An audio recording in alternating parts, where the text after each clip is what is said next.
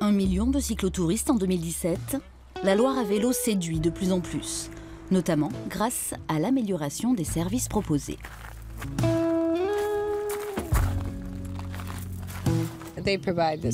Ils nous fournissent les vélos, les cartes, les équipements. Même nos bagages sont transférés d'un hôtel à l'autre pendant que nous roulons entre deux étapes. C'est vraiment super. 600 professionnels du tourisme sont labellisés Loire à vélo, une marque convoitée qui garantit une augmentation de la fréquentation. Notre chiffre d'affaires a été multiplié par 8 avec la Loire à vélo. Donc effectivement, pour nous, c'est très important. En plus, c'est une clientèle très agréable. Les deux régions et les collectivités locales ont investi 57 millions d'euros dans cette véloroute unique en France. 13 ans après l'inauguration du premier tronçon, le placement s'avère très rentable. Les touristes à vélo consomment. Ils consomment en moyenne 80 € par jour, plus que les touristes qui utilisent la voiture, etc. Les retombées économiques sont colossales, 30 millions d'euros l'année dernière. La Loire à vélo est devenue un véritable levier pour l'aménagement du territoire.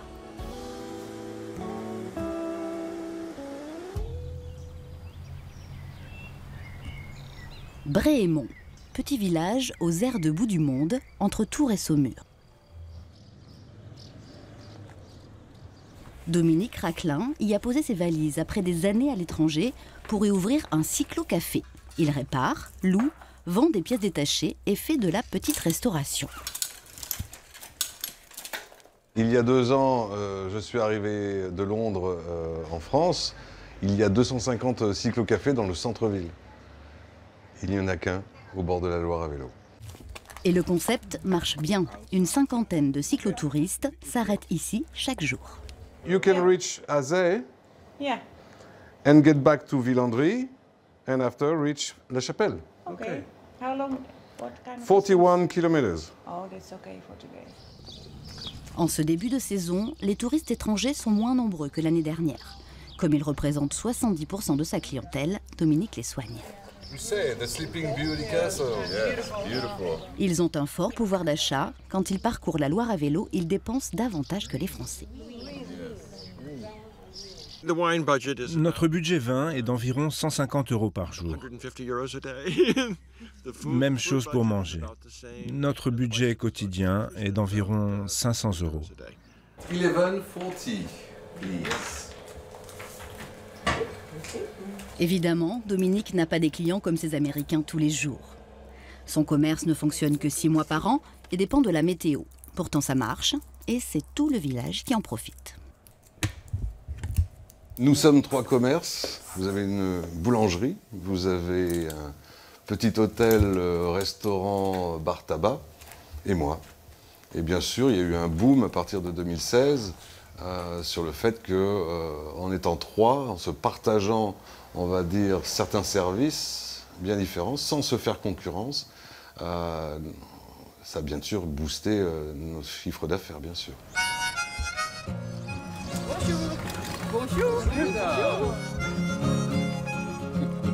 Que serait le petit village de Bréhémont sans ses activités autour du cyclotourisme? Certainement une carte postale de bord de Loire.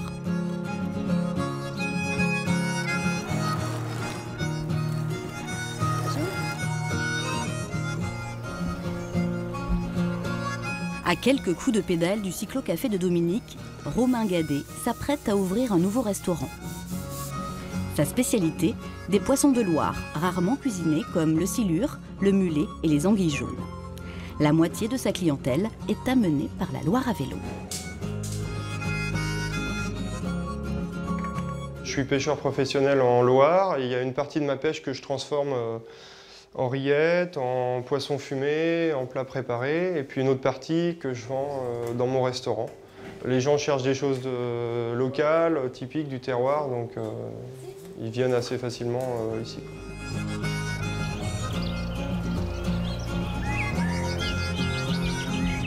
La Loire à vélo est une aubaine pour ces petits villages. À la création de la véloroute en 2005, certains élus craignaient de voir affluer des vagues de touristes dans leur paisible territoire. Le maire de Savonnières a toujours cru en cette aventure. Aujourd'hui, c'est sa commune au bord du Cher qui voit le plus de cyclotouristes passer, 100 000 l'an dernier. On a une demande d'installation de commerce, de bouche principalement. Et là, nous en avons un, la maison du Passeur. On vient de réinstaller un commerçant qui fait des cafés, des repas expédiés et tout ça. Il y a vraiment une demande parce qu'on sent qu'il y a un attrait. Alors ce qu'on ne veut pas nous, par contre, c'est qu'on ne veut pas, on veut que ce soit des activités pérennes. Certes avec des pics en été, mais on ne veut pas que ce soit ouvert seulement 3 mois de l'année et fermé le reste de l'année.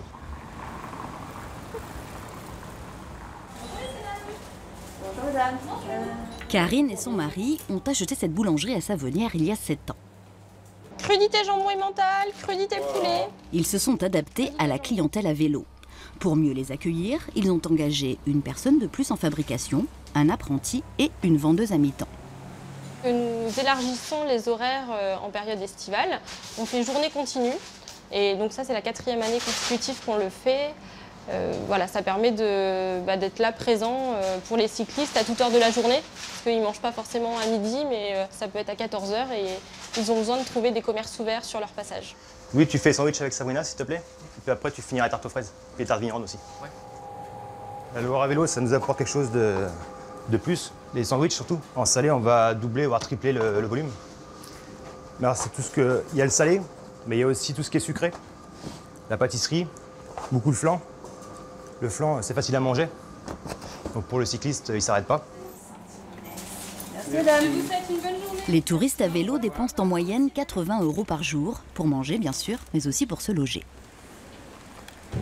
Le beau pays de France. Allez, au revoir. Leur hébergement favori, le camping. Près d'1 cyclotouriste sur 2 y séjourne. Dans ce camping très nature de Cheverny, la clientèle à vélo a son espace. Ce couple de Hollandais vient y passer une nuit. So you've got your tent for you and your daughter. You can use also the common kitchen. Yeah. You've got the fridge, you can cook. All this space is just for you and the other bikers if they come. Pour 15 €, ils peuvent dormir dans un vrai lit ou dans une tente déjà installée et se faire à dîner dans la petite cuisine. C'est la première fois que nous voyons ça. D'habitude, nous allons dans des campings où nous devons planter notre propre tente, tout installé. Ici, c'est une super option. Nous dépensons entre 50 et 60 € par jour, surtout pour la nourriture. Le prix du camping est à peu près toujours le même. Il nous reste de l'argent pour dîner dans des restaurants plus luxueux. En termes d'investissement, ces 3 unités nous ont coûté 12 000, 12 500 € d'investissement pour des produits spécifiques, donc aidés par la région pour nous soutenir. Les gens en randonnée, ils ne se déplacent pas avec leur matériel. Des fois, ils sont fatigués, ils ne veulent pas faire la cuisine. Et tout ça, derrière, on a les services pour leur proposer et leur mettre à disposition tout cela. Donc au bout du compte, le randonneur, économiquement, est un développement important.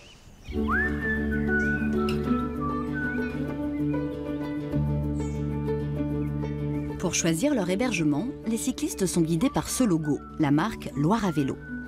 Les professionnels du tourisme peuvent y prétendre s'ils se situent à moins de 5 km d'un itinéraire officiel et s'ils proposent des services spécifiques pour les cyclotouristes. Alors effectivement, nos clients de la Loire à vélo ont régulièrement besoin de laver leurs affaires. Donc nous leur proposons effectivement dans notre landerie, notre laverie, eh bien à la fois de laver leurs affaires et de les sécher. La plupart des randonneurs ne restent qu'une nuit. Mais les hébergeurs ne pensent plus en termes de nuitée. Ils voient investissement à long terme. La Loire à vélo a un intérêt, c'est qu'elle est attractive pour des séjours de courte durée, mais elle permet aussi de faire découvrir, et c'est le boulot de tous les prestataires de tourisme, de faire découvrir la région, l'attractivité et toutes les activités qui peuvent exister pour des séjours beaucoup plus longs. Et s'ils sont bien reçus, même une nuit, ils n'oublient jamais. Être aux petits soins des cyclotouristes pour qu'ils reviennent. C'est ce pourquoi a été engagée cette jeune tourangelle. Bonjour, je viens chercher les bagages de la famille Yerman. Pendant que vous faites votre randonnée à vélo, Amélie s'occupe de transférer vos bagages d'un lieu d'hébergement à l'autre. Un sac et 2 sacs à dos. Donc ça nous fait 9 bagages. Donc ça fait, je les mets là.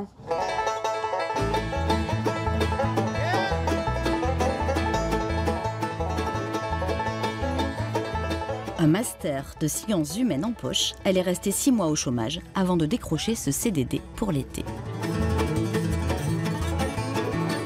Ça va me donner peut-être des idées aussi pour la suite. Pourquoi pas un jour développer aussi mon entreprise pourquoi pas de la livraison, d'autres choses, je sais pas. Voilà, mais ça sert de gagne-pain agréable et de bon tremplin. Ce tremplin a été créé par ses 2 frères Tourangeau en 2013. Les bagages sont bien étiquetés. Il y a bien 2 valises. Hein, voilà, oui. Pour ces clients-là, d'accord. C'est bon, okay. Ça part sur Chenonceau. Voilà. Leur entreprise emploie une dizaine de saisonniers d'avril à octobre, génère 150 000 € de chiffre d'affaires, un chiffre qui augmente de 20% chaque année grâce à un bon plan com. C'est de montrer aux gens et expliquer aux gens intéressés qui savent que ce service existe, que c'est abordable. Parce que le réflexe, c'est de dire non, ça c'est pas pour moi, c'est forcément un service très cher. Et quand on propose de porter un bagage sur une étape à 13 €, c'est à la portée de toutes les bourses. Tous les secteurs du tourisme semblent bénéficier du succès de la Loire à vélo. Reste le no-tourisme qui est un peu à la traîne. C'est beaucoup de temps à consacrer pour la dégustation, la vente, les livraisons, etc.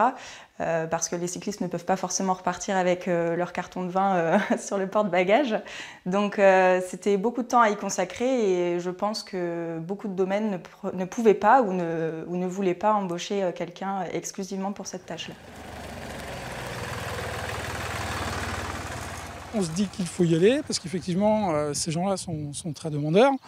On s'est rendu compte aussi que sur le trajet de la Loire à vélo, sans sortir je dirais de l'axe, il n'y a pas multitude d'endroits où on peut déguster le vin. Et nous, on a la chance d'avoir l'itinéraire qui traverse le vignoble entièrement et qui passe devant notre cave. Donc effectivement, nous avons des projets de développement qui vont dans ce sens. Du coup, une personne va être engagée à plein temps pour accueillir les cyclotouristes. Un emploi de plus et un marché grand ouvert pour les viticulteurs. Marché qui intéresse les maisons des vins. À Cheverny, entre la piste cyclable et le château, l'emplacement est stratégique pour attirer les cyclistes. Ils viennent déguster, ils repartent soit avec 1 ou 2 bouteilles de suite, soit ils reviennent plus tard avec la voiture chercher quelques caisses. Pour vous, c'est une bonne clientèle, la Loire à vélo, ça vous amène du monde, vous avez constaté ça? Oui, forcément, oui. On a beaucoup de cyclistes qui viennent, on les reconnaît tous, parce qu'ils sont équipés de leur casque et de leur équipement. Des cyclistes dans les jardins des châteaux, dans les musées et dans les petits villages, la Loire à vélo attire de nouveaux touristes depuis plus de 10 ans. Cette manne financière, la région compte bien la faire fructifier. Son dernier investissement, 25 millions € dans ses rames de trains modulables pour encourager les franciliens à venir.